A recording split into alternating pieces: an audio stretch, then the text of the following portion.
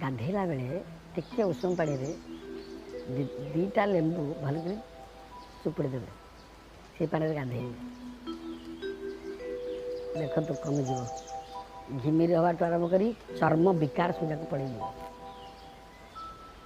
ଚର୍ମ ବିକାର ପଳେଇଯିବ। ଏହା ଧ୍ରୁବ ସତ୍ୟ। ଦ୍ୱିତୀୟ କଥା ହେଲା, ଆପଣ ଦିନ ସାରା ଟାୟାର୍ଡ଼ ହେଇ ଆସିଛନ୍ତି, ପୁରା ଟାୟାର୍ଡ଼ ହେଇ ଆସିଛନ୍ତି, ଗୋଡ଼ ବିନ୍ଧା ହେଉଛି। ଡାଇବେଟିସ୍ ରୋଗୀମାନଙ୍କର ବେଶୀ ରୋଗ, ଗୋଡ଼ ଭାରି ଜୋରେ ବିନ୍ଧା ହେଉଥିବ, ଘରକୁ ପଳେଇ ଆଣ୍ଠୁଏ ଉଷୁମ ପାଣି, ଅତି ପାଣି ନୁହଁ, ଉଷୁମ ପାଣିରେ ଟିକେ ଲୁଣ ପକାଇଦେବେ, ଗୋଡ଼ଟାକୁ ବୁଡ଼େଇକି ରଖିବେ। ଶୋଇଲା ବେଳେ ସୋରିଷ ତେଲ ଘଷିଲେ ଭଲ, ନଚେତ ତାଠୁ ଆହୁରି ଭଲ, ଭଲ ଘିଅ ଘଷିଲେ ଗୋଡ଼ରେ ଶୁଅନ୍ତୁ।